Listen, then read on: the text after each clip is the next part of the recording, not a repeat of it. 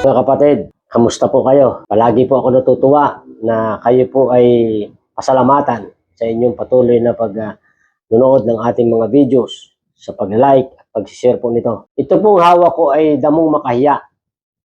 Nahiya na po ito, kaya likom na yung dahon. Pero pag hindi pa po ito nagagalaw, ay bukad na bukad po yan. Alam niyo po ba na ang damong makahiya ay simpleng damo na madalas nating nakikita sa mga tabi ng daan o sa bukid o sa mga paligid ng bahay, ay isa pa lang napakagaling na halamang gamot sa iba't ibang karamdaman. Ito pong dahon na makahiya, kahit yung bulaklak nito, mga kapatid, inyo lang ganito, kunin nyo yung ganito niya. Yan. At ilagay nyo sa isang tasang mainit na tubig. Kahit madami-dami, lagay mo lang sa isang mug ng mainit na tubig. Takpan po ninyo. Pag maligam-gam na, inumin po ninyo. At yung po'y napakagaling na inumin sa mga taong namamagang atay. Doon sa mga taong may mga malala sakit sa atay, mga kapatid. Alam niyo naman, pag sinabing malalang sakit sa atay, maaaring liver cirrhosis, hepatoma, or cancer sa atay. Mga kapatid, makakatulong din yun sa may mga fatty liver.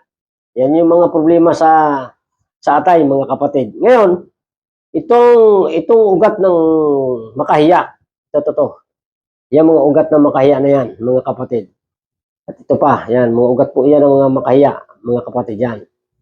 Pag ito po yung nilaga ninyo, kahit kasama yung buong katawan na yan, kahit kasama itong tangkay, kahit kasama yung dahon, yan po ay magandang inumin ng mga taong may impeksyon sa pantog, impeksyon sa ureter, yung tinatawag na UTI, impeksyon sa kidney, sa mga kidney stone, makakatulong po yan, mga kapatid.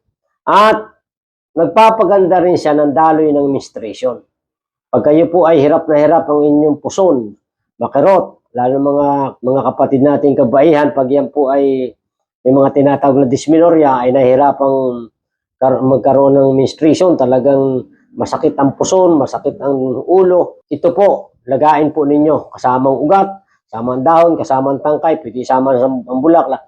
Yun po yung makakatulong para sa ganung problema, yung sobrang pananakit ng puson, mga kapatid. Ako'y naniniwala na basta gawin lang po ninyo ng buong sikap, ito po yung makakatulong sa inyo. Mga kapatid, kung inakala po ninyo na ito'y magiging kapakipakinabang sa inyo at sa inyong mga kaibigan na mayroong mga sakit na ganyan sa ating nabanggit, pwede po bang pakishare po ninyo para maging kabahagi po tayo ng gawain ng paglilingkod. Ang Diyos po, ginagamit tayong lahat para po tayo maging pagkapala sa iba. Pagpalain po kayo ng Panginoon.